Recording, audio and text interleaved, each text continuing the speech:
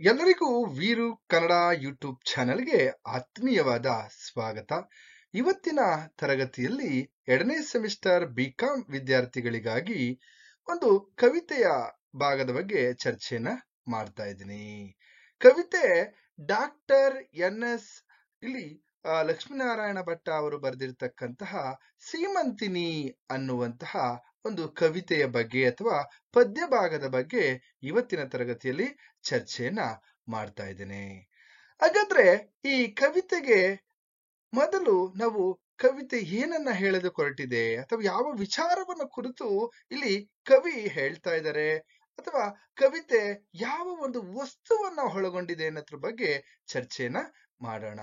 ನೋಡಿ, ಈ ಆಶಯವನ್ನ ನಾವು ಮೊದಲಿಗೆ ಗಮನಿಸೋದಾದ್ರೆ, ತಾಯ್ತನ ಹೆಣ್ಣಲ್ಲಿ ತರುವಂತಹ ಬದಲಾವಣೆಗಳನ್ನ ಮತ್ತು ಬೆರಗು ಹಾಗೂ ಗೌರವದಿಂದ ಪರಿಭಾವಿಸುವ ಈ ಕವನ ಅಂತಕ್ಕಂಥದ್ದು. ತಾಯ್ತನದಲ್ಲಿ ಹೆಣ್ಣಿನಲ್ಲಿ ತರುವಂತಹ ಒಂದು ಬದಲಾವಣೆಯನ್ನ ಈ ಕವಿತೆ ಹೇಳ್ತಾ ಇದೆ ಅಂತಕ್ಕಂಥದ್ದು. ಹಾಗೇನೆ ಯಾವ ರೀತಿ ಅಂದ್ರೆ ದೈಹಿಕ ಮತ್ತು ಮಾನಸಿಕ ಸ್ವರೂಪವನ್ನ ಇಲ್ಲಿ ಸೂಕ್ಷ್ಮ ವಿವರಗಳಲ್ಲಿ ಚಿತ್ರಿಸಲಾಗಿದೆ ಈ ಕವಿತೆಯಲ್ಲಿ ಅಂತಕ್ಕಂಥದ್ದನ್ನ ನಾವು ಇದಿಷ್ಟು ಆಶಯ. ಹಾಗೇನೆ ಇಲ್ಲಿ ಪಾತ್ರ ಪರಿಚಯ, ಇಲ್ಲಿ ಯಾವುದು ಪಾತ್ರಗಳಿರಲ್ಲ, ಆದ್ರೂ ಕೂಡ ವಿದ್ಯಾರ್ಥಿಗಳಿಗೆ ಅರ್ಥ ಆಗ್ಲಿ ಅಂತ ಹೇಳಿ ನಿರೂಪಕರ ಹೆಂಡತಿ ಅಥವಾ ನಿರೂಪಕರ ಮಡದಿಗೆ ಇಲ್ಲಿ ಹೇಳ್ತಾ ಇರ್ತಕ್ಕಂತಹ ಒಂದು ವಿಚಾರವನ್ನ ನಾವಿಲ್ಲಿ ಗಮನಿಸಬಹುದು. ತುಂಬಾ ವಿಮರ್ಶಾತ್ಮಕವಾಗಿ ನೋಡಿದಾಗ ನಿರೂಪಕರು ತಮ್ಮ ಮಡದಿಯ ಅಲ್ಲಿ ಈ ತಾಯ್ತನದಲ್ಲಿ ಆದಂತಹ ಮಾನಸಿಕ ಬದಲಾವಣೆ ಮತ್ತೆ ದೈಹಿಕ ಬದಲಾವಣೆ ಅಥವಾ ಅದರ ಜವಾಬ್ದಾರಿಗಳೇನು ಅನ್ನೋದ್ರ ಬಗ್ಗೆ ಈ ಸೀಮಂತಿನಿ ಅನ್ನುವಂತಹ ಒಂದು ಕವಿತೆಯಲ್ಲಿ ಹೇಳ್ತಾ ಹೋಗ್ತಾ ಇದ್ದಾರೆ ಅನ್ನೋದನ್ನ ಗಮನಿಸೋಣ. ಹಾಗಾದ್ರೆ ಮೊದಲಿಗೆ ನಾವು ಏನಪ್ಪಾ ಅಂತಂದ್ರೆ, ಈ ಕವಿತೆಯನ್ನ ನೀವು ನೆನಪಿಟ್ಕೊಳ್ಳಿ, 8 ಅಂಕಗಳಿಗೆ ಕೇಳ್ತಾರೆ. ಹಾಗೇನೆ ಕವಿಯ ಬಗ್ಗೆ ಏನ್ ಮಾಡ್ತಾರಪ್ಪ ಅಂದ್ರೆ 2 ಅಂಕಗಳಿಗೆ. ಒಟ್ಟಾರೆಯಾಗಿ ಇವತ್ತಿನ ತರಗತಿ ನಿಮ್ಗೆ 10 ಅಂಕಗಳಿಗೆ ಇಲ್ಲಿ ಇರುತ್ತೆ ಅಂತಕ್ಕಂಥದ್ದು. ಕೇಳ್ತಾರೆ ಈ ಪದ್ಯವನ್ನ. ಹಾಗೇನೆ ಈ ಕವಿತೆಯಲ್ಲಿ ಯಾವ ರೀತಿ ಪ್ರಶ್ನೆಗಳು ಬರ್ತವೆ ಅಂತ ನಾನು ತರಗತಿಯ ಕೊನೆಯಲ್ಲಿ ನಿಮ್ಗೆ ತಿಳಿಸ್ತಾ ಹೋಗ್ತೀನಿ. ಯಾವ ರೀತಿ ಕ್ವಶನ್ 2023 ಯಾವ ರೀತಿ ಪ್ರಶ್ನೆಗಳು ಬಂದಿದ್ದೋ, ಅಥವಾ ನಾನು ಕೂಡ ಒಂದು 2-3 ಪ್ರಶ್ನೆಯನ್ನ ಮಾಡಿ ಇಲ್ಲಿ ಹೇಳಿದ್ದೀನಿ. ಯಾಕೆಂದ್ರೆ ವಿದ್ಯಾರ್ಥಿಗಳಿಗೆ ಅರ್ಥ ಆಗ್ಲಿ, ಯಾಕೆಂದ್ರೆ ಅದೇ ರೀತಿ ಪ್ರಶ್ನೆಗಳನ್ನೇ ಕೇಳೋದು. ಹಾಗಾಗಿ ನಾವು ನೇರವಾಗಿ ಈಗ ಒಂದೊಂದೇ ಪದ್ಯವನ್ನ ಹೇಳ್ತಾ ಅದರ ತಾತ್ಪರ್ಯವನ್ನ ತಿಳಿಸ್ತಾ ಹೋಗ್ತೀನಿ. ಮೊದಲಿಗೆ ಈ ಒಂದು ಕವಿತೆಯನ್ನ ಯಾರು ಬರ್ದಿದ್ದಪ್ಪ ಅಂದ್ರೆ, ನೋಡಿ, ಈ ಕವಿತೆಯನ್ನ ಡಾಕ್ಟರ್ ಎನ್.ಎಸ್. ಲಕ್ಷ್ಮೀನಾರಾಯಣ ಭಟ್ಟ ಅವರು ಬರ್ದಿರ್ತಕ್ಕಂಥದ್ದು. ಡಾಕ್ಟರ್ ಎನ್.ಎಸ್. ಲಕ್ಷ್ಮೀನಾರಾಯಣ ಭಟ್ರು ಬರ್ದಿರ್ತಕ್ಕಂತಹ ಕವಿತೆ ಯಾವ್ದಪ್ಪ ಅಂದ್ರೆ ಸೀಮಂತಿನಿ ಅನ್ನುವಂತಹ ಒಂದು ಪದ್ಯ ಭಾಗ ಅಥವಾ ಕವಿತೆಯ ಭಾಗ ಅನ್ನೋದನ್ನ ನೀವು ನೆನಪು ಇಟ್ಕೊಂಡಿರ್ಬೇಕು ಈ ಪದ್ಯವನ್ನ ಕೇಳಿದಂತ ಸಂದರ್ಭದಲ್ಲಿ. ಹಾಗಾದ್ರೆ ಈ ಕವಿತೆಯಲ್ಲಿ ಮೊದಲಿಗೆ ಯಾವ ಒಂದು ವಸ್ತುವನ್ನ ಇಟ್ಕೊಂಡು ಕವಿತೆ ಮಾತಾಡ್ತಾ ಇದೆ ಅನ್ನೋದ್ರ ಬಗ್ಗೆ ನಾನು ನಿಮ್ಗೆ ತಿಳಿಸ್ತೀನಿ. ಆನಂತರ ಪದ್ಯಗಳಿಗೆ ಹೋಗ್ತೀನಿ.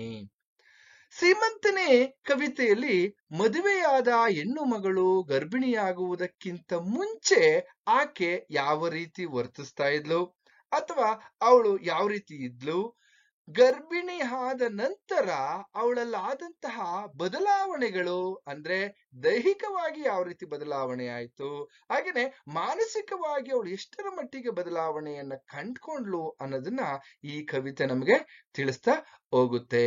ಇಲ್ಲಿ ಇನ್ನೊಂದ್ ಕಡೆ ನಾವು ಗಮನಿಸೋದಾದ್ರೆ, ನಿರೂಪಕರ ಮಡದಿ ಗರ್ಭಿಣಿಯಾಗಿರ್ತಕ್ಕಂಥ ಮುಂಚೆ ಹೇಗಿದ್ರು, ಆನಂತರ ಗರ್ಭಿಣಿ ಆದಂತ ಸಂದರ್ಭದಲ್ಲಿ ಅವರ ಜವಾಬ್ದಾರಿಗಳೇನಾಯ್ತು, ಅವರು ದೈಹಿಕವಾಗಿ ಮಾನಸಿಕವಾಗಿ ಯಾವ ರೀತಿ ಬದಲಾವಣೆ ಆದ್ರು ಅನ್ನೋದನ್ನು ಕೂಡ ಈ ಕವಿತೆ ತಿಳಿಸ್ತಾ ಹೋಗುತ್ತೆ. ಹಾಗೇನೆ ಇನ್ನೊಂದ್ ಕಡೆ ನೋಡೋದಾದ್ರೆ, ಹೆಣ್ಣಿನ ತಾಯ್ತನದಲ್ಲಿ ತರ್ತಕ್ಕಂತಹ ಹೆಣ್ಣು ತಾಯಿಯಾಗುವ ಸಂದರ್ಭದಲ್ಲಿ ಅವಳಲ್ಲಿ ಆಗ್ತಕ್ಕಂತಹ ಮಾನಸಿಕ ಮತ್ತೆ ದೈಹಿಕ ಬದಲಾವಣೆಯನ್ನ ಇಲ್ಲಿ ತಿಳಿಸ್ತಾ ಹೋಗ್ತದೆ. ಇಷ್ಟು 3 ವಿಚಾರಗಳಲ್ಲಿ ನಾವು ಈ ಪದ್ಯವನ್ನ ಗಮನಿಸ್ತಾ ಹೋಗ್ಬೋದು. ಹಾಗಾದ್ರೆ ಮೊದಲನೇ ಪದ್ಯ ಏನ್ ಹೇಳ್ತಾ ಇದ್ದಾರೆ ಇಲ್ಲಿ ನೋಡಿ, ನಿರೂಪಕರೇ ಮಾತಾಡ್ತಾ ಇದ್ದಾರೆ. ನಿರೂಪಕರೇ ತನ್ನ ಮಡದಿಯ ಬಗ್ಗೆ ಮಾತನಾಡ್ತಾ ಇದ್ದಾರೆ.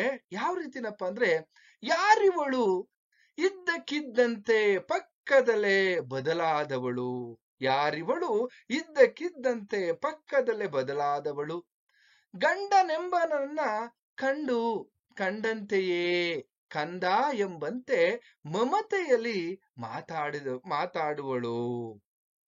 ಹಾಗೇನೆ ಇಲ್ಲಿ ಅಪ್ಪು ಬಂದವನನ್ನ ತಪ್ಪು ಮಾಡಿದ ಎಳೆಯ ಕಂದನಂತೆ ಉಡಿಯಲ್ಲಿ ಹಾಕಿ ಶಮಿಸಿದವಳು. ಇಲ್ಲಿ ಗುಟುರು ಮದವನು ಮೆಟ್ಟಿ ಎದೆ ಎಡೆಯನ್ನು ತಟ್ಟಿ ಇಲ್ಲಿ ಒಲೆಗೆಲಸದ ಇಲ್ಲಿ ತೊಟ್ಟೆಯನ್ನು ಹೀಗೆ ತೊಳೆದವಳು ಅನ್ನುವಂತಹ ಒಂದು ಪದ್ಯ. ಇಲ್ಲಿ ಏನ್ ಹೇಳ್ತಾ ಇದ್ದಾರೆ ಕವಿ, ಇಲ್ಲಿ ಯಾರಿವಳು? ಇದ್ದಕ್ಕಿದ್ದಂತೆ ನೆನ್ಪಿಟ್ಕೋಬೇಕು, ಈ ಹೆಣ್ಣು ತಾಯಿ ಆಗುವಂತ ಸಂದರ್ಭದಲ್ಲಿ ಹೀಗೆಲ್ಲ ಬದಲಾಗಿದ್ದಾಳೆ. ಮೊದ್ಲು ಹೇಗಿದ್ಲು, ಈಗ ಈ ರೀತಿ ಬದಲಾಗಿದ್ದಾಳಲ್ಲ ಅನ್ನೋದ್ರ ಬಗ್ಗೆ ಕವಿಲಿ ನಮ್ಗೆ ಹೇಳ್ತಾ ಹೋಗ್ತಾ ಇದ್ದಾರೆ. ಇದ್ದಕ್ಕಿದ್ದಂತೆ ಬದಲಾದವಳು ಯಾರಿವಳು? ಇದ್ದಕ್ಕಿದ್ದಂತೆ ಬದಲಾದವಳು. ಇದನ್ನ ನೋಡಿದಂತಹ ನಿರೂಪಕರಿಗೆ ಪಕ್ಕದಲ್ಲೇ ಬಂದು ಕುಳಿತುಕೊಂಡು ತನ್ನ ಮಡದಿ ಅಲ್ಲಿ ಆದಂತಹ ವರ್ತನೆಯನ್ನ, ಮೊದಲು ಹೇಗಿದ್ಲು ಈಗ ನನ್ನ ಪಕ್ಕದಲ್ಲೇ ಕೂತ್ಕೊಂಡಿರ್ತಕ್ಕಂತಹ ಮಡದಿಯಲ್ಲಿ ಆಗಿರ್ತಕ್ಕಂಥ ಬದಲಾವಣೆಯನ್ನ ಕಂಡು ಎಲ್ಲೋ ಒಂದ್ ಕಡೆ ಅವರಿಗೆ ಆಶ್ಚರ್ಯಚಕಿತರಾಗ್ತಾ ಇದ್ದಾರೆ. ಹಾಗೇನೆ ಅವಳು ಎಳೆಯ ಮಗುವಿನಂತೆ ಅವರು ಎಳೆಯ ಮಗುವಿನಂತೆ ಮಮತೆಯಿಂದ ನನ್ನನ್ನ ಮಾತನಾಡಿಸ್ತಾ ಇದ್ದಾಳೆ. ಅಪ್ಪಿಕೊಳ್ಳಲು ಹೋದರೆ ಅಥವಾ ತಬ್ಬಿಕೊಳ್ಳಲು ಹೋದರೆ ತಪ್ಪು ಮಾಡಿದ ಕಂದಲ್ಲಿ ಮಗುವನ್ನ ತನ್ನ ಮಡಿಲಲ್ಲಿ ಹಾಕಿಕೊಂಡು ಕ್ಷಮಿಸುವಂತೆ ನಿರೂಪಕರನ್ನ ಕ್ಷಮಿಸ್ತಾ ಇದ್ದಾಳೆ ಅಂತಕ್ಕಂಥದನ್ನ ಇಲ್ಲಿ ಗಮನಿಸಬಹುದು. ಹಾಗೇನೆ ತನ್ನ ಕೋಪ ಇಲ್ಲಿ ಅಹಂಕಾರವನ್ನೆಲ್ಲ ಮೆಟ್ಟಿ ಕೋಪದಿಂದ ಕೊಳಕಾಗಿರುವ ಪಾತ್ರೆಗಳನ್ನೆಲ್ಲ ತೊಳೆದು ಮನೆಯನ್ನೆಲ್ಲ ಎಲ್ಲೋ ಒಂದ್ ಕಡೆ ಸ್ವಚ್ಛ ಮಾಡುತ್ತಿದ್ದದನ್ನ ನಾವಿಲ್ಲಿ ಗಮನಿಸಬಹುದು. ಹಾಗೇನೆ ಇನ್ನೊಂದ್ ಕಡೆ ಕವಿಯಲ್ಲಿ ಇವಳೇ ಇವಳೇನಾ ನಿಜವಾಗ್ಲು ನನ್ನ ಮಡದಿ, ಹೇಗೆಲ್ಲ ಬದಲಾವಣೆಯಾಗಿದ್ದಾಳೆ ಅಂತಕ್ಕಂಥದ್ದು. ಯಾಕೆಂದ್ರೆ ಹಿಂದೆ ಹೇಗಿದ್ಲು, ಈಗ ಯಾವ ರೀತಿ ಬದಲಾವಣೆಯಾಗಿದ್ದಾಳೆ. ಇದು ಒಂದ್ ರೀತಿಯಲ್ಲಿ ನಿರೂಪಕರಿಗೆ ಆಶ್ಚರ್ಯದ ಒಂದು ಸಂಗತಿ, ಆಶ್ಚರ್ಯ ಪಡುವಂತಹ ಸನ್ನಿವೇಶವನ್ನ ಈ ಸಾಲುಗಳಲ್ಲಿ ನಾವು ಗಮನಿಸ್ತಾ ಹೋಗ್ಬೋದು. ಪದ್ಯ ಓದಿದ್ದೀನಿ, ಆನಂತರ ತಾತ್ಪರ್ಯವನ್ನು ಕೂಡ ನಾನು ಹೇಳಿದ್ದೀನಿ. ನೀವು ಆ ಪದ್ಯವನ್ನ ಕೇಳಿಸ್ಕೊಂಡು ನಾನು ಹೇಳಿರ್ತಕ್ಕಂಥ ವಿಚಾರವನ್ನ ನೋಡ್ಕೊಂಡ್ರೆ ನಿಮಗೆ ಖಂಡಿತ 8 ಅಂಕಗಳು ಗ್ಯಾರಂಟಿ. ಹಾಗೇನೆ ಎರಡನೇ ಪದ್ಯವನ್ನು ನಾವು ಗಮನಿಸೋದಾದ್ರೆ ಈಗ ನೋಡಿ, ಇವಳೇ ಬೆನ್ನ ಬಳಿ ಬಂದು ಕೊರಳಿಗೆ ತೂಗುತ್ತಿದ್ದವಳು, ಕೈಯ ಪುಸ್ತಕವನ್ನು ಕಿತ್ತು ಗೋಡೆಗೆಸೆದವಳು, ಸಾಕು ಬಿಡಿ ಸನ್ಯಾಸ ಎಂದು ತೋಳೆಳೆದವಳು, ಕೆನ್ನೆಯಲ್ಲಿ ಬೆರಳಿಟ್ಟು ಕೊರಳ ಸರ ತುಟಿಗಿಟ್ಟು ಏನೋ ಕಕಮಕ ಇಡಿಸಿ ಗೆದ್ದು ನಕ್ಕವಳು. ಅದೇ ಹುಡುಗಿ ಬೇಸಿಗೆಯ ಉರಿಗಣ್ಣ ಬೆಳದಿಂಗಳಲ್ಲಿ ತೊಳೆದು ಗರ್ಭಗುಡಿಯ ಹಣತೆಯನ್ನು ಹಚ್ಚಿರುವಳು. ಏನ್ ಮಾಡಿದಳೆ? ಗರ್ಭಗುಡಿಯ ಹಣತೆಯನ್ನು ಹಚ್ಚಿರುವಳು ಅಂತ ಇಲ್ಲಿ ಲಕ್ಷ್ಮೀನಾರಾಯಣ ಭಟ್ರು ಅದ್ಭುತವಾಗಿ ಹೇಳ್ತಾ ಇದ್ದಾರೆ. ನೋಡಿ, ಇವಳೇನ ಬೆನ್ನ ಬಳಿ ಬಂದು ಕೊರಳ ತೂಗುತ್ತಿದ್ದವಳು ಅನ್ನೋದನ್ನ ಗಮನಿಸೋದಾದ್ರೆ ನಿರೂಪಕರ ಮಾತನ್ನ ನಾವಿಲ್ಲಿ ಗಮನಿಸ್ತಾ ಇದ್ದೀವಿ. ನಾನು ಕುಳಿತುಕೊಂಡಿರ್ಬೇಕಾದ್ರೆ ನನ್ನ ಬಳಿ ಬಂದು ಕೊರಳಿಗೆ ತೂಗುತ್ತಿದ್ದಳು, ನಾನು ಓದಲು ಕೈಯಲ್ಲಿ ಪುಸ್ತಕವನ್ನ ಹಿಡಿದುಕೊಂಡ್ರೆ ಆ ಪುಸ್ತಕವನ್ನ ಕಿತ್ತು ಗೋಡೆಗೆಸಿತಾ ಇದ್ಲು. ಆ ಪುಸ್ತಕವನ್ನ ಕಿತ್ತು ಸಾಕು ಬಿಡಿ ಸನ್ಯಾಸ, ಯಾವಾಗ್ಲೂ ಪುಸ್ತಕವನ್ನ ಓದ್ತಾ ಇರ್ತೀರಾ ಸನ್ಯಾಸಿ ತರ ಅಂತಕ್ಕಂಥದ್ದು. ಹಾಗೇನೆ ಈ ಪುಸ್ತಕವನ್ನ ಕಿತ್ತು ಗೋಡೆಗೆ ಬಿಸಾಕಿ ಸನ್ಯಾಸದ ಸಾಕು ಅಂತ ತೋಳನ್ನ ಎಳೆಯುತ್ತಿದ್ದವಳು ತನ್ನ ಬಳಿಗೆ ಕರಿತಾ ಇದ್ಲು. ಹಾಗೇನೆ ಇನ್ನೊಂದ್ ಕಡೆ ನಂತರ ಕೆನ್ನೆಯ ಮೇಲೆ ಬೆರಳುಗಳನ್ನಿಟ್ಟುಕೊಂಡು ತನ್ನ ಕೊರಳ ಸೆರವನ್ನ ತುಟಿಗಿಟ್ಟು ನನಗೆ ಹುಚ್ಚು ಇಡಿಸಿ ನಗುತ್ತಿದ್ದವಳು. ಕಕಮಕ ಅಂತಿದೆಯಲ್ಲ, ಹುಚ್ಚು ಇಡಿಸಿ ನಗುತ್ತಿದ್ದಳು. ಈಗ ಅದೇ ಹುಡುಗಿ ಬೇಸಿಗೆಯ ಹುರಿಗಣ್ಣ ಬೆಳದಿಂಗಳಲ್ಲಿ ತೊಳೆದು ತನ್ನ ಗರ್ಭಗುಡಿಯ ಹಣತೆಯನ್ನ ಹಚ್ಚಿರುವಳು ಅಂತ ಇಲ್ಲಿ ನಿರೂಪಕರು ಹೇಳ್ತಾ ಇದ್ದಾರೆ. ನೋಡಿ, ಈ ಸಾಲುಗಳಲ್ಲಿ ನಾವು ಏನ್ ಗಮನಿಸಬಹುದಂದ್ರೆ ಇಲ್ಲಿ ನಿರೂಪಕರ ಮಡದಿಯಲ್ಲಿ ಆದಂತಹ ಪರಿವರ್ತನೆ ಅಥವಾ ಬದಲಾವಣೆಯನ್ನು ನಾವಿಲ್ಲಿ ಗಮನಿಸಬಹುದು. ಒಂದ್ ಕಡೆ ಅವರು ಮಾಡ್ತಾ ಇರ್ತಕ್ಕಂತಹ ಅವರ ಮಡದಿ ಮಾಡ್ತಾ ಇರ್ತಕ್ಕಂತಹ ತುಂಟಾಟಗಳು ಅವ್ರಿಗೆ ನೆನಪು ಬರುತ್ತೆ. ಆ ನೆನಪುಗಳಲ್ಲಿ ಆ ತುಂಟಾಟಗಳಲ್ಲಿ ಆಗಿರ್ತಕ್ಕಂತಹ ಈಗಿನ ಬದಲಾವಣೆಯನ್ನ ಇಲ್ಲಿ ಆ ತುಂಟಾಟದ ಬಗ್ಗೆ ಒಂದು ಆಶ್ಚರ್ಯವನ್ನ ವ್ಯಕ್ತಪಡಿಸ್ತಾ ಇದ್ದಾರೆ ಈ ಪದ್ಯದ ಸಾಲುಗಳಲ್ಲಿ. ಪದ್ಯ 2ರ ವಿಚಾರ ಇದು. ಹಾಗೇನೆ ಮುಂದುವರೆದಂತೆ ಈಗ ಇನ್ನೊಂದು ಪದ್ಯ ಇದೆ, ನೆನ್ಪಿಟ್ಕೊಳ್ಳಿ. ಮೊನ್ನೆ ಸೀಮಂತದಲ್ಲಿ ಹಸೆ ಏರಿದಾಗಿಂದ ಜಗದಂಬೆ ಭಾವಕ್ಕೆ ಸಂದಿರುವಳು. ಮೊನ್ನೆ ಸೀಮಂತದಲ್ಲಿ ಹಸೆ ಏರಿದಾಗಿಂದ ಜಗದಂಬೆ ಭಾವಕ್ಕೆ ಸಂದಿರುವಳು. ಒಲೆ ಮೇಲೆ ಅನ್ನ ಸಿಯುತ್ತಲಿದೆ. ಮೊನ್ನೆ ಎದುರಿಗೆ ಕುಳಿತು ಆಲಪಾತ್ರೆಗೆ ಬಿದ್ದ ಇರುವೆಗಳ ಮೇಲೆತ್ತಿ ನೆಲಕ್ಕಿಳಿಸಿ ತುದಿಯಲ್ಲಿ ಹಿಂದೆ ಜಿರಳೆಗಳ ಬಡಿದವಳು ಇವಳೇ. ಪಾಪ ಎಂದರೆ ಆಹಾ ಶುದ್ಧ ಕನ್ನಡ ಹಾಗೆ ಎಂದು ಛೇಡಿಸಿದವಳು. ಆಹಾ ಎಂದರೆ ಶುದ್ಧ ಕನ್ನಡಿಗ ಅನ್ನುವ ರೀತಿಯಲ್ಲಿ ಛೇಡಿಸ್ತಾ ಇದ್ಲು. ನಿರೂಪಕರನ್ನ ಯಾವ ರೀತಿ ಅವರು ರೇಗಿಸ್ತಾ ಇದ್ರು ಅನ್ನೋದನ್ನ ನಾವಿಲ್ಲಿ ಗಮನಿಸಬಹುದು ಈ ಸಾಲುಗಳಲ್ಲಿ. ನೋಡಿ, ಇಲ್ಲಿ ನಿರೂಪಕರು ಹೇಳ್ತಾ ಇದ್ದ ತನ್ನ ಮಡದಿ ಬಗ್ಗೆ. ಈಗ ಮೊನ್ನೆ ನಡೆದ ಸೀಮಂತದಲ್ಲಿ, ಮನೇಲಿ ಪ್ರತಿಯೊಬ್ರು ಕೂಡ ಗರ್ಭಿಣಿಗೆ ನಾವೇನ್ ಮಾಡ್ತೀವಪ್ಪ ಅಂತಂದ್ರೆ ಸೀಮಂತವನ್ನ ಮಾಡ್ತಕ್ಕಂಥದ್ದು, ಅದು ಶಾಸ್ತ್ರೋಕ್ತವಾಗಿ ನಡ್ಕೊಂಡ್ ಬಂದಿರ್ತಕ್ಕಂಥದ್ದು. ಹಾಗೇನೆ ಇತ್ತೀಚಿನ ದಿನಗಳಲ್ಲಿ ಇದು ಒಂದ್ ರೀತಿಯಲ್ಲಿ ವೈಭವೀಕರಣ ಕೂಡ ಪಡ್ಕೊಂಡಿದೆ ಅಂತಕ್ಕಂಥದ್ದು ನಾವು ಗಮನಿಸಬಹುದು. ಈಗ ಬೇಬಿ ಶವರು ಈ ತರದೆಲ್ಲ ಹೇಳ್ತಾ ಇರ್ತಾರಲ್ಲ, ಅದನ್ನ ನಾವು ಸೀಮಂತ ಅಂತ ಕರಿತೀವಿ. ಮೊನ್ನೆ ಹಸೆಯ ಮೇಲೆ ಕುಳಿತಿದ್ದಾಗ ಸಾಕ್ಷಾತ್ ಪಾರ್ವತಿಯ ರೀತಿ ಅಂದ್ರೆ ಜಗದಾಂಬೆಯಂತೆ ಕಾಣಿಸ್ತಾ ಇದ್ಲು. ಹಾಗೇನೆ ಒಮ್ಮೆ ಒಲೆಯ ಮೇಲೆ ನೋಡಿ, ಹಿಂದೆ ಹೇಗಿದ್ಲಪ್ಪ ಇವಳು ಅಂತ ಅಂದ್ರೆ ಅವ್ರು ಹೇಗಿದ್ರು ಅಂತಂದ್ರೆ ಒಲೆಯ ಮೇಲೆ ಅನ್ನ ಸಿಯುತ್ತಲಿದ್ದರೂ ಸಹ ಅದರ ಎದುರಿಗೆ ಕುಳಿತುಕೊಂಡು ತನ್ನದೇ ಆದ ಲೋಕದಲ್ಲಿ ವಿಹರಿಸುತ್ತಿದ್ದಳು. ಆದರೆ ಈಗ ಅಂದರೆ ಗರ್ಭಿಣಿಯಾದ ನಂತರ ಆಕೆಯಲ್ಲಿ ಮಮತೆ ವಿಶಿಷ್ಟ ಭಾವನೆಗಳು ಮನೆ ಮಾಡಿವೆ. ಇಲ್ಲಿ ಗರ್ಭಿಣಿಯಾದ ನಂತರ ಆಕೆಯಲ್ಲಿ ವಿಶಿಷ್ಟ ಭಾವನೆಗಳು ಮನೆ ಮಾಡಿವೆ ಅಂತಕ್ಕಂಥದ್ದನ್ನ ಹೇಳ್ತಾ ಇದ್ದಾರೆ. ಹೇಗೆ ಅಂದ್ರೆ ನೋಡಿ, ಎಲ್ಲೋ ಒಂದ್ ಕಡೆ ಸ್ವಾರ್ಥ ಹೋಗಿ ಇಲ್ಲಿ ನಿಸ್ವಾರ್ಥತೆ ಇದೆ ಅಂತಕ್ಕಂಥದ್ದು, ಇಲ್ಲಿ ಜವಾಬ್ದಾರಿಗಳಿವೆ ಅಂತಕ್ಕಂಥದ್ದು, ಗಂಡು ಮತ್ತೆ ಹೆಣ್ಣಿನ ಸಂಬಂಧ ಹೇಗಿರುತ್ತೆ ಅನ್ನೋದನ್ನ ನಾವಿಲ್ಲಿ ಗಮನಿಸ್ತಾ ಇದೀವಿ. ನೋಡಿ, ಆಲ ಪಾತ್ರೆಗೆ ಬಿದ್ದ ಇರುವೆಗಳನ್ನ ಒಂದೊಂದೇ ಮೇಲಕ್ಕೆದ್ದು ಅಯ್ಯೋ ಪಾಪ ಅವು ಸಾಯ್ತಾ ಇದ್ದಾವೆ, ಅವನ್ನ ರಕ್ಷಣೆ ಮಾಡ್ಬೇಕು ಅಂತಕ್ಕಂಥ ಒಂದು ಜವಾಬ್ದಾರಿ ಬಂದಿದೆ. ಹಾಗಾಗಿ ಇದನ್ನ ನಾವು ತಾಯ್ತನ ಅಂತ ಕರಿತೀವಿ. ಹಾಗೇನೆ ಅವನ ಮೇಲಕ್ಕೆ ತೆಗೆದು ಇರುವೆಗಳನ್ನ, ಹಾಲಿನ ಪಾತ್ರೆಗೆ ಬಿದ್ದಿರ್ತಕ್ಕಂಥ ಇರುವೆಗಳನ್ನ ಒಂದೊಂದೇ ಮೇಲಕ್ಕೆ ತೆಗೆದು ಇಲ್ಲಿ ಹರಿದು ಬಿಡುತ್ತಿದ್ದಾಳೆ. ಇದನ್ನ ಕಂಡು ಇಲ್ಲಿ ಆಶ್ಚರ್ಯಚಕಿತರಾಗಿದ್ದಾರೆ ಇಲ್ಲಿ ಕವಿ. ಜಿರಳೆಗಳೇನಾದರೂ ಕಂಡರೆ ಅವುಗಳನ್ನ ಪೊರಕೆಯ ತುದಿಯಲ್ಲಿ ಹೊಡೆದು ಹಾಕುತ್ತಿದ್ದವಳು ಇವಳೇ ಅನ್ನುವಂಥದ್ದು. ಜಿರಳೆಗಳ ಮನೆಯಲ್ಲಿ ಕಂಡ್ರೆ ಅವಳನ್ನು ಪೊರಕೆಯ ತುದಿಯಲ್ಲಿ ಹೊಡೆದಾಕ್ತಾ ಇದ್ಲು. ಹಾಗೇನೆ ಆತಂಕ ಮೂಡಿತ್ತು ನಿರೂಪಕರಿಗೆ, ಆಶ್ಚರ್ಯವೂ ಕೂಡ. ಪಾಪ ಎಂದು ಹೇಳಿದರೆ ಅಯ್ಯೋ ಅವಕ್ಕೆ ಯಾವ ಹೊಡಿತಾ ಇದೀಯ ಪಾಪ ಅಂತ ಹೇಳಿದ್ರೆ ಆಹಾ ಶುದ್ಧ ಕನ್ನಡ ಎಂದು ಇಲ್ಲಿ ಗಂಡನನ್ನ ರೇಗಿಸ್ತಾ ಇದ್ರು, ಕೆಲವೊಂದ್ ಕಡೆ ಛೇಡಿಸ್ತಾ ಇದ್ರು ಅಂತಕ್ಕಂಥದ್ದನ್ನ ನಾವಿಲ್ಲಿ ಗಮನಿಸಬಹುದು. ಹಾಗಾದ್ರೆ ಈಗ ಆಕೆಯಲ್ಲಿ ಜವಾಬ್ದಾರಿ ಹಾಗೂ ಗರ್ಭಿಣಿಯಾದ ಅನಂತರದಲ್ಲಿ ಅವಳಲ್ಲಿ ಅನೇಕ ಬದಲಾವಣೆಗಳನ್ನ ಇಲ್ಲಿ ಗಮನಿಸಬಹುದು. ಹಾಗೇನೆ ಹೆಣ್ಣಿನಲ್ಲಿ ತಾಯ್ತನ ತರುವಂತಹ ಮಹತ್ತರವಾದಂತಹ ಒಂದು ಬದಲಾವಣೆಯನ್ನ ಈ ಕವಿತೆಯ ಸಾಲುಗಳು ಕಟ್ಟಿಕೊಡ್ತವೆ ಅನ್ನೋದನ್ನ ನಾವು 3ನೇ ಪದ್ಯದಲ್ಲಿ ಗಮನಿಸ್ತಾ ಹೋಗ್ಬೋದು. ಹಾಗೇನೆ ಮುಂದುವರೆದಂತೆ 4ನೇ ಪದ್ಯದಲ್ಲಿ ಕವಿ ಏನ್ ಹೇಳ್ತಾ ಇದ್ದಾರೆ ಹಾಗಾದ್ರೆ ಅನ್ನೋದನ್ನ ಗಮನಿಸೋದಾದ್ರೆ, ಈಗ ಹೊರಳಿದ ಕುರುಳು ಮೊದಲ ಬಾರಿಗೆ ಬಸಿರ ಸವರಿದ ಯಶೋದೆಯ ಬೆಣ್ಣೆಯ ಬೆರಳು.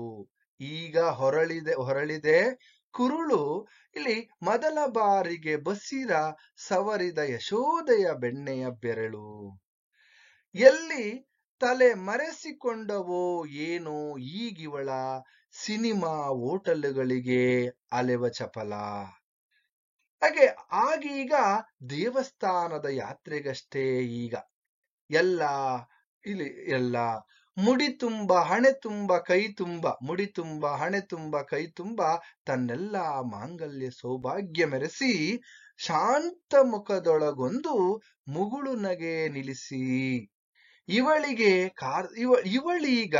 ಇವಳೀಗ ಕಾರ್ತೀಕ ಮಾಸದ ಆಗಸದ ಹಾಡು.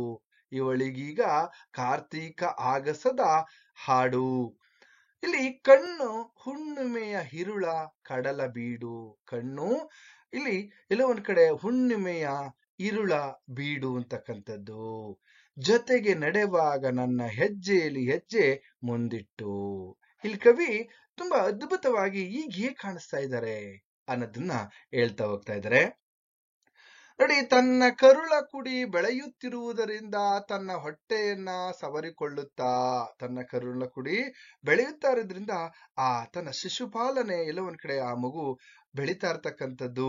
ತಾಯ್ತನದ ಅನುಭವವನ್ನು ಅನುಭವಿಸುತ್ತಾ ಯಶೋದೆಯು ತನ್ನ ಇಲ್ಲಿ ಬೆಣ್ಣೆಯಂತಹ ಇಲ್ಲಿ ಮುದ್ದಾದ ಬೆರಳುಗಳಿಂದ ಹೇಗೆ ಕೃಷ್ಣನನ್ನ ಸವರುತ್ತಿದ್ದಳೋ ಅದೇ ರೀತಿಯಲ್ಲಿ ತನ್ನ ಕಂದನನ್ನ ಸವರುತ್ತಾ ಅವಳು ಆನಂದವನ್ನ ಅನುಭವಿಸ್ತಾ ಇದ್ದಾಳೆ ಅಂತಕ್ಕಂಥದ್ದು. ಈಗ ಇವಳಿಗೆ ಕೆಲವು ಚಪಲಗಳು ದೂರವಾಗಿವೆ. ಇಲ್ಲೂ ಕೂಡ ಬದಲಾವಣೆ ಬಯಸ್ತಾ ಇದೆ ನೋಡಿ. ಹೇಗೆ ಅಂತಂದ್ರೆ, ಹಿಂದೆ ಸಿನಿಮಾ ಹೋಟೆಲ್ ಅಂತ ಅಲೆಯುವಂತಹ ಆಸೆಗಳಿದ್ದೋ, ಆದ್ರೆ ಈಗ ಅವೆಲ್ಲವೂ ಮರೆಯಾಗಿ ಅವಳಿಗೀಗ ಅವೆಲ್ಲ ಮಾಯವಾಗಿ ಈಗೇನಪ್ಪಾ ಅಂದ್ರೆ ನಿರೂಪಕರನ್ನ ಅಥವಾ ಇಲ್ಲಿ ಗಂಡನನ್ನ ಕರೆದುಕೊಂಡು ದೇವಸ್ಥಾನದ ಯಾತ್ರೆ ಮಾಡುತ್ತಿದ್ದಾಳೆ. ಹಾಗೇನೆ ಮುಡಿ ತುಂಬ ಹೂವು ಮುಡಿದುಕೊಂಡು ಹಣೆ ತುಂಬ ಕುಂಕುಮ, ಇಲ್ಲಿ ಕೈ ತುಂಬ ಬಳೆಗಳನ್ನ, ಇವೆಲ್ಲ ಮಾಂಗಲ್ಯ, ಇವೆಲ್ಲವೂ ಹೆಣ್ಣಿನ ಸೌಭಾಗ್ಯವನ್ನ ಮೆರೆಸುವಂತಹ ವಸ್ತುಗಳಾಗಿವೆ. ನೋಡಿ, ಹೆಣ್ಣಿನ ಸೌಭಾಗ್ಯವನ್ನ ನಾವು ಸೌಭಾಗ್ಯವತಿ ಅಂತ ಕರಿತೀವಿ. ಈ ಸೌಭಾಗ್ಯವನ್ನ ಮೆರೆಸುವಂತಹ ಏನು ಒಬ್ಬ ಸ್ತ್ರೀಗೆ ಇರಬೇಕಾದಂತಹ, ನಾವೇನ್ ಹೇಳ್ತಾ ಇದೀವಪ್ಪ ಅಂತಂದ್ರೆ, ಒಂದು ರೀತಿಯಲ್ಲಿ ಮುತ್ತೈದೆ ಅಂತ. ಈ 5 ಮುತ್ತುಗಳಿದೆಯವಲ್ಲ, ಅವನ್ನೆಲ್ಲವನ್ನ ಇಲ್ಲಿ ಮೂವನ್ನ ಮುಡಿದಿದ್ದಾಳೆ, ಬಳೆಯನ್ನ ಹಾಕೊಂಡಿದ್ದಾಳೆ, ಕುಂಕುಮವನ್ನ ಹಣೆಗಿಟ್ಕೊಂಡಿದ್ದಾಳೆ, ಹೀಗೆ ಮಾಂಗಲ್ಯವನ್ನ ಧರಿಸಿದ್ದಾಳೆ. ಒಂದು ರೀತಿಯಲ್ಲಿ ಸಾಕ್ಷಾತ್ ಪಾರ್ವತಿಯಂತೆ ಇಲ್ಲಿ ಕಾಣಿಸ್ತಾ ಇರ್ತಕ್ಕಂಥದ್ದು. ಈಗ ಶಾಂತ ಮುಖದಲ್ಲಿ ಒಂದ್ ಸ್ವಲ್ಪನೂ ಕೂಡ ಕೋಪ ಇಲ್ಲ. ಶಾಂತವಾದಂತಹ ಮುಖದಲ್ಲಿ ಹೇಗೆ ಆ ಮುಗುಳು ನಗೆ ಇದೆ, ಆ ಮುಖದಲ್ಲಿ ಮಂದಹಾಸದ ನಗು ಬೀರ್ತಾ ಇರ್ತಕ್ಕಂಥದ್ದು. ಈ ರೀತಿ ಈಗ ಅವಳು ಹೇಗೆ ಅಂತಂದ್ರೆ ಕಾರ್ತೀಕ ಮಾಸದ ಆಕಾಶದಂತೆ ಸುಂದರವಾಗಿ ಕಾಣುತ್ತಿದ್ದಾಳೆ ಅಂತಕ್ಕಂಥದ್ದು. ಕಾರ್ತೀಕ ಮಾಸದಲ್ಲಿ ನೀವು ಆಕಾಶವನ್ನ ನೋಡಿದ್ರೆ ತುಂಬಾ ಎಲ್ಲೋ ಒಂದ್ ಕಡೆ ಸುಂದರವಾಗಿ ಕಾಣಿಸ್ತಾ ಇರುತ್ತೆ. ಯಾವುದೇ ಮೋಡಗಳು ಇರೋದಿಲ್ಲ, ನೀಲಿ ಆಕಾಶದಂತೆ ಕಾಣಿಸ್ತಾ ಇದ್ದಾಳೆ. ಹಾಗೇನೆ ಇನ್ನೊಂದ್ ಕಡೆ ಆಗ ಹಾಡನ್ನ ಹಾಡ್ಬೇಕು ಅಂತ ಅಲ್ಲಿ ಅನಿಸ್ತಾ ಇರ್ತಕ್ಕಂಥದ್ದು. ಅವಳ ಕಣ್ಣುಗಳು ಹುಣ್ಣಿಮೆಯ ಇರುಳಿನಂತೆ ಅಗಲವಾಗಿ ಹರಡಿವೆ. ನೋಡಿ, ಅಲ್ಲಿ ಆ ಹೆಣ್ಣಿನ ಸೌಂದರ್ಯವನ್ನ ಕವಿ ಇಲ್ಲಿ ವರ್ಣನೆಯನ್ನ ಮಾಡ್ತಾ ಇದ್ದಾರೆ. ಆಕೆಯ ಕಣ್ಣುಗಳು ಎಲ್ಲೋ ಒಂದ್ ಕಡೆ ಹುಣ್ಣಿಮೆಯ ಇರುಳಿನಂತೆ ಅಗಲವಾಗಿ ಅರಳಿವೆ ಅಂತಕ್ಕಂಥದ್ದು. ಆಕೆಯ ರೂಪವನ್ನ ಕವಿಲಿ ಹೊಗಳುತ್ತಾ ಇದ್ದಾರೆ ಅಂತಕ್ಕಂಥದ್ದನ್ನ ಗಮನಿಸಬಹುದು. ಹಾಗೇನೆ ಮುಂದುವರೆದಂತೆ 5ನೇ ಪದ್ಯದಲ್ಲಿ ಈಗ ನೋಡಿ ಒಂದು ಪ್ರಶ್ನೆ, ಈಗ ಎಂಬಂತೆ ಇಲ್ಲಿ ಹುಬ್ಬೇರಿಸಿ ನಕ್ಕು ಸ್ಪರ್ಧಿಸುತ್ತಿದ್ದಳು. ಈಗೆಲ್ಲ ಹಬ್ಬರ ಬಿಟ್ಟು ಕಾಲೆಳೆಯುವವಳು ಏಕೋ ತೀರ ಕನಸು ಗಣ್ಣಿಗೆ ಹಾಗೆ ದಾರಿಯಲ್ಲೂ ಏನೇನೋ ಧ್ಯಾನ. ಮೈ ಮಾತ್ರ ಇಲ್ಲಿ ಮನಸ್ಸೆಲ್ಲೋ ಹೊರಟಿದೆಯಾನ, ಮೈ ಮಾತ್ರ ಇಲ್ಲಿ ಮನಸ್ಸೆಲ್ಲೋ ಹೊರಟಿದೆಯಾನ. ಅಡಿಗಡಿಗೂ ಒಂದೊಂದು ಗುಡಿ ಕಟ್ಟಿ ಬಾಗಿಲಲಿ, ಅಡಿಗಡಿಗೂ ಒಂದೊಂದು ಗುಡಿ ಕಟ್ಟಿ ಬಾಗಿಲಲಿ ಹೊರಳಿ ಬೇಡಿದೆ ಮಗುವಿಗೆ ಅಭಯದಾನ. ಎಲ್ಲ ಬಾಳಲಿ ಎಂಬ ಭಾವ. ಹಾಗೇನೆ ಚೆಲ್ಲುತ್ತಿದೆ ಕಣ್ಗಳು ಇಲ್ಲಿ ಅಲುಗಿದೆ ಹೊಟ್ಟೆಯೊಳಗಿರುವ ಪುಟ್ಟ ಜೀವ, ಗಟ್ಟಿ ಸ್ವಾರ್ಥಕ್ಕೆ ಈಗ ಮಳೆ ಬಿದ್ದು ಮೊಳಕೆ ಒಡೆದು ಉಸಿರಾಡುತ್ತಿದೆ ಮಣ್ಣು ತೇವ ಅಂತಕ್ಕಂಥದ್ದು. ನೋಡಿ, ಈಗ ಎಲ್ಲೋ ಒಂದ್ ಕಡೆ ಮಾನಸಿಕವಾಗಿ ದೈಹಿಕವಾಗಿ ಆದಂತಹ ಬದಲಾವಣೆಗಳಾಗಿರ್ಬೋದು, ಹಾಗೇನೆ ತಾಯಿ ಈಗ ತನ್ನ ಮಗುವನ್ನ ಎಷ್ಟರ ಮಟ್ಟಿಗೆ ಕಾಪಾಡ್ಕೋಬೇಕು ಅಂತಕ್ಕಂಥ ಒಂದು ತಾಯ್ತನದ ಒಂದು ಜವಾಬ್ದಾರಿ ಇಲ್ಲಿ ಮಹಿಳೆಗೆ, ಒಂದು ಹೆಣ್ಣಿಗೆ ಬಂದಿರ್ತಕ್ಕಂಥದ್ದನ್ನು ನಾವಿಲ್ಲಿ ಗಮನಿಸ್ತಾ ಹೋಗ್ಬೋದು. ನೋಡಿ, ಹಿಂದೆ ಇದ್ದಂತಹ ತುಂಟಾಟಗಳೆಲ್ಲವೂ ಕೂಡ ಈಗ ಎಲ್ಲೋ ಒಂದ್ ಕಡೆ ಮರೆಯಾಗೋಗಿದಾವೆ. ಈಗ ಎಂದಿನಂತೆ ಅವಳು ಏನ್ ಮಾಡ್ತಾ ಇದ್ಲ, ಗರ್ಭಿಣಿಯಾಗಿರುವ ಕಾರಣ ಆಕೆ ಮೊದಲಿಗಿಂತ ಈಗ ಹೆಜ್ಜೆ ಇಡಲು ಅಲ್ಲಿ ಆಗ್ತಾ ಇಲ್ಲ. ನಿಧಾನಕ್ಕೆ ಹೆಜ್ಜೆಗಳನ್ನ ಇಡುತ್ತಾ ಅವಳ ಮನಸ್ಸು ಎಲ್ಲೋ ಒಂದ್ ಕಡೆ ಬೇರೆಲ್ಲೋ ಬೇರೇನೇನೋ ಬಯಸುತ್ತಿದೆ, ಏನೇನೋ ಆಲೋಚನೆಗಳನ್ನ ಮಾಡುತ್ತಾ ಹೆಜ್ಜೆ ಹೆಜ್ಜೆಗೂ ಸಿಗುವ ಗುಡಿಗಳಿಗೆ, ಅಂದ್ರೆ ದೇವಸ್ಥಾನಗಳಿಗೆ, ದೇವಸ್ಥಾನದಲ್ಲಿರುವಂತಹ ದೇವರುಗಳಿಗೆ ಕೈ ಮುಗಿದು ನಮಸ್ಕರಿಸುತ್ತಾ ತನ್ನ ಮಗುವನ್ನ ರಕ್ಷಿಸು ಅನ್ನುವಂಥದ್ದು. ಹಾಗೇನೆ ಇನ್ನೊಂದ್ ಕಡೆ ಏನಪ್ಪಾ ಅಂದ್ರೆ, ಸರ್ವೋ ಜನ ಸುಖಿನೋ ಭವಂತು ಅನ್ನೋ ಹಾಗೆ ಎಲ್ಲರೂ ಚೆನ್ನಾಗಿರ್ಲಿ ಸಮಾಜದಲ್ಲಿ ಅನ್ನುವಂತ ರೀತಿಯಲ್ಲಿ, ಯಾಕೆಂದ್ರೆ ತನ್ನ ತಾಯ್ತನದ ಹರಿವಿನಿಂದ ತನ್ನ ವ್ಯಕ್ತಿತ್ವವು ಕೂಡ ಇಲ್ಲಿ ಬದಲಾವಣೆ ಆಗಿದೆ ಅನ್ನೋದನ್ನ ಗಮನಿಸಬಹುದು. ಸ್ವಾರ್ಥತೆ ಹೋಗಿ ಎಲ್ಲ ಒಂದ್ ಕಡೆ ನಿಸ್ವಾರ್ಥಿಯಾಗಿ ಇದ್ದಾಳೆ ಸೀಮಂತಿನಿ ಅನ್ನೋದನ್ನ ನಾವಿಲ್ಲಿ ಗಮನಿಸಬಹುದು. ಹಾಗೇನೆ ಪುಟ್ಟ ಜೀವ ಈಗ ಏನಾಗ್ತಾ ಇದೆಯಪ್ಪ ಅಂದ್ರೆ, ಆಕೆ ಎಲ್ಲೋ ಒಂದ್ ಕಡೆ ತನ್ನ ಮಗುವಿಗೆ ರಕ್ಷಣೆಯನ್ನ ಕೊಡು ಭಗವಂತ ಅಂತಕ್ಕಂಥದ್ದು. ಅರಳಿದ ಆಕೆಯ ಕಣ್ಣುಗಳು ಬೆಳಕನ್ನ ಚೆಲ್ಲಿವೆ, ಆಕೆಯ ಕಣ್ಣುಗಳಲ್ಲಿ ಬೆಳಕು ಇಲ್ಲಿ ಕಾಣಿಸ್ತಾ ಇರ್ತಕ್ಕಂಥದ್ದು. ಯಾಕೆಂದ್ರೆ ಯಾವುದೇ ಹೆಣ್ಣು ತಾನು ತಾಯಿ ಆದ್ರೇನೆ ತನ್ನ ಬದುಕು ಸಂಪೂರ್ಣವಾಗುತ್ತೆ ಅನ್ನುವಂತಹ ಒಂದು ಧ್ಯೇಯವನ್ನ ನಾವು ನಮ್ಮ ಭಾರತ ದೇಶದಲ್ಲಿ ಇಟ್ಕೊಂಡಿರ್ತಕ್ಕಂಥದ್ದು. ಅದು ನಮ್ಮ ಸಂಸ್ಕೃತಿನೂ ಹೌದು. ಒಂದು ಹೆಣ್ಣಿನ ಬದುಕು ಯಾವಾಗ ಪೂರ್ಣವಾಗುತ್ತೆ ಅಂತ ಅಂದ್ರೆ, ಅದು ಅವಳು ತಾಯಿ ಆದಾಗ. ಆ ಒಂದು ವಿಚಾರವನ್ನು ಕೂಡ ಈ ಕವಿತೆ ಕಟ್ಕೊಡ್ತಾ ಇರ್ತಕ್ಕಂಥದ್ದನ್ನ ನಾವಿಲ್ಲಿ ಗಮನಿಸಬಹುದು. ಹೇಗೆ ಅಂತಂದ್ರೆ, ಆ ಪುಟ್ಟ ಜೀವ ಈಗ ಆ ಹೊಟ್ಟೆ ಒಳಗಡೆ ಇರ್ತಕ್ಕಂಥ ಮಗು ಅಲುಗಾಡ್ತಾ ಇದೆ. ಅವಳಲ್ಲಿ ಸ್ವಾರ್ಥ ಆಕೆಯಲ್ಲಿ ಈಗ ಮರೆಯಾಗಿ ಎಲ್ಲೋ ಒಂದ್ ಕಡೆ ಮಳೆ ಬಿದ್ದ ಮಣ್ಣಿನಲ್ಲಿ ತೇವವಿದ್ದಾಗ ಮಾತ್ರ ಬೀಜ ಮೊಳಕೆಯೊಡೆಯೋ ಇದು ಸಸಿಯಾಗಲು ಹೇಗೆ ಸಾಧ್ಯವೋ ಹಾಗೆ ಅವಳಲ್ಲಿ ಇರ್ತಕ್ಕಂಥ ಸ್ವಾರ್ಥವೆಲ್ಲವೂ ಹೋಗಿ ಈಗ ನಿಸ್ವಾರ್ಥತೆ ಅವಳಲ್ಲಿ ಮನೆ ಮಾಡಿದೆ ಅಂತಕ್ಕಂಥದ್ದು. ಈಗ ಅವಳಲ್ಲಿ ಮೂಡಿ ಬಂದಿರುವಂತಹ ಒಂದು ವಿಚಾರಗಳನ್ನ ನಾವು ಕಂಡ್ರೆ ನಿಸ್ವಾರ್ಥತೆ ಇದೆ ಅನ್ನೋದನ್ನ ನಾವು ಈ ಸಾಲಿನಲ್ಲಿ ಗಮನಿಸಬಹುದು. ಯಾಕೆಂದ್ರೆ ಎಲ್ಲರೂ ಸರ್ವೋ ಜನ ಸುಖಿನೋ ಭವಂತು, ಎಲ್ಲಾ ಜನರು ಕೂಡ ಸಂತೋಷವಾಗಿರ್ಲಿ, ನನ್ನ ಮಗುವಿಗೆ ಆಶೀರ್ವಾದವನ್ನ ಮಾಡ್ಲಿ, ನನ್ನ ರಕ್ಷಣೆಯನ್ನ ಮಾಡ್ಲಿ ಭಗವಂತ ಅಂತ ಇಲ್ಲಿ ಎಲ್ಲೋ ಒಂದ್ ಕಡೆ ತಾಯಿಯಾಗಿರ್ತಕ್ಕಂತಹ ಸೀಮಂತಿನಿ ಹೇಳ್ತಾ ಇರ್ತಕ್ಕಂಥ ಮಾತುಗಳನ್ನ ನಾವಿಲ್ಲಿ ಗಮನಿಸಬಹುದು. ಒಟ್ಟಾರೆಯಾಗಿ ಈ ಕವಿತೆ ಹೆಣ್ಣಿನ ತಾಯ್ತನ ತರುವಂತಹ ಬದಲಾವಣೆಗಳನ್ನ ಕಟ್ಕೊಡ್ತಾ ಇದೆ. ಒಟ್ಟಾರೆಯಾಗಿ ಈ ಸೀಮಂತಿನಿ ಅಂತಕ್ಕಂತಹ ಕವಿತೆ ಏನ್ ಮಾಡ್ತಾ ಇದೆಯಪ್ಪ ಅಂತಂದ್ರೆ, ಇಲ್ಲಿ ಹೆಣ್ಣು ಇಲ್ಲಿ ತಾಯ್ತನದಲ್ಲಿ ತರುವಂತಹ ಬದಲಾವಣೆಗಳನ್ನ ಇಲ್ಲಿ ನಮ್ಗೆ ಕಟ್ಕೊಡ್ತಾ ಇದೆ. ಹಾಗಾಗಿ ಕೊನೆಯದಾಗಿ ನಾವಿಲ್ಲಿ ಗಮನಿಸೋದಾದ್ರೆ, ಅದಕ್ಕಿಂತ ಮುಂಚೆ ಇನ್ನೂ ಒಂದು ವಿಚಾರವನ್ನ ಹೇಳಲೇಬೇಕು. ಇಲ್ಲಿವರೆಗೂ ಇನ್ನೂ ನನ್ನ ಚಾನೆಲ್ ಅನ್ನ ಯಾರಾದ್ರೂ ಸಬ್ಸ್ಕ್ರೈಬ್ ಮಾಡಿಲ್ಲ ಅಂದ್ರೆ ಸಬ್ಸ್ಕ್ರೈಬ್ ಮಾಡ್ಕೊಳ್ಳಿ. ಯಾಕೆಂತಂದ್ರೆ ನನ್ನ ತರಗತಿ ಅಂತೂ ನಿಮ್ಗೆ 100% 100% ಉಪಯುಕ್ತವಾಗಿರುತ್ತೆ ಅಂತ ನಾನು ಭಾವಿಸ್ತೀನಿ.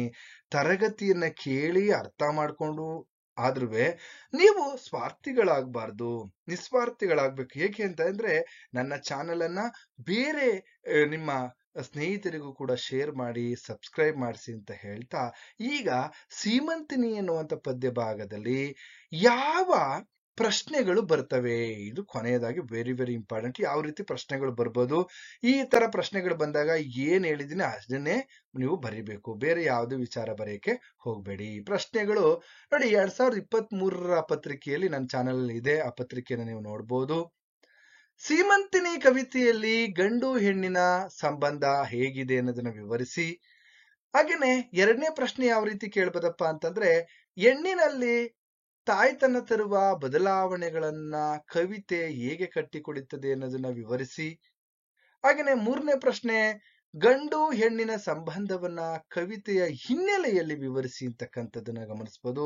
ಹಾಗೇನೆ ಈ ರೀತಿನೂ ಪ್ರಶ್ನೆಯನ್ನ ಕೇಳ್ಬೋದು ಅಂತ ನಾನೇ ಪ್ರಶ್ನೆಯನ್ನ ತಯಾರು ಮಾಡಿದ್ದೀನಿ. ಹೆಣ್ಣು ಗರ್ಭಿಣಿಯಾದ ನಂತರ ಅವಳ ಜವಾಬ್ದಾರಿಗಳನ್ನ ಇಲ್ಲಿ ಈ ಕವಿತೆಯ ಹಿನ್ನೆಲೆಯಲ್ಲಿ ಚರ್ಚಿಸಿ ಅನ್ನುವಂಥದ್ದು. ಒಟ್ಟಾರೆಯಾಗಿ 4 ಪ್ರಶ್ನೆಗಳಲ್ಲಿ ಯಾವುದೇ ಪ್ರಶ್ನೆ ಬಂದ್ರು ನಾನು ಏನ್ ಹೇಳಿದ್ದೀನಿ ವಿಚಾರವನ್ನ ಅವನ್ನ ನೀವು ಬರೆದ್ರೆ ಸಾಕು, ನಿಮಗೆ 8ಕ್ಕೆ 8 ಅಂಕಗಳು ಲಭಿಸುತ್ತವೆ ಅಂತಕ್ಕಂಥದ್ದನ್ನ ಹೇಳ್ತಾ ಇಲ್ಲಿಗೆ ಈ ತರಗತಿಯನ್ನು ಮುಗಿಸ್ತಾ ಇದ್ದೀನಿ. ಮತ್ತೊಮ್ಮೆ ಮುಂದಿನ ತರಗತಿಯಲ್ಲಿ ಮತ್ತೊಂದು ವಿಶೇಷವಾದಂತಹ ವಿಚಾರಗಳನ್ನ ಹೊತ್ತು ಮತ್ತೆ ನಿಮ್ಮನ್ನ ಭೇಟಿ ಮಾಡ್ತೀನಿ. ಎಲ್ಲರಿಗೂ ಶುಭವಾಗ್ಲಿ.